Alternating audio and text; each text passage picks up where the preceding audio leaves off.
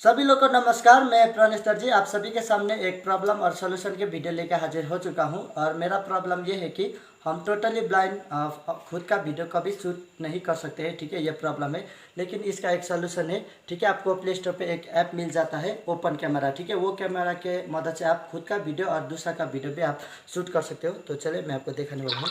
तो मैंने ऑलरेडी वो ऐप को डाउनलोड किया है, अभी प्ले स्टोर से डाउनलोड कर सकते हो। तो चलिए मैं ओपन कैमरा को ओपन कर लेता हूँ, ठीक है। इसका बहुत सेटिंग्स वगैरह है, तो वो आप सेट कर सकते हो, ठीक है। सभी बताने लग गया तो बहुत टाइम हो जाएगा। तो चलिए कैसे करना है। तो ओपन कैमरा ओपन करने के बाद अपना फेस के आगे फ़ोन को इस तरह करना है। और जब आपका जो भी स्क्रीन रीडर है वो वन लेफ्ट ये बोलता है, देखिए 0 फेसेस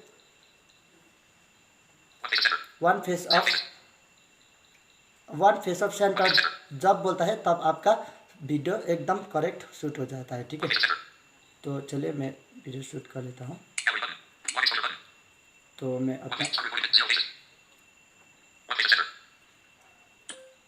तो चलिए मैं थोड़ा सा डेमो करके दिखाता हूँ। तो यहाँ पे देख सकते हो मैं अपना वीडियो शूट कर रहा हूँ, ठीक है। अभी इसी तरह शूट कर सकते हो।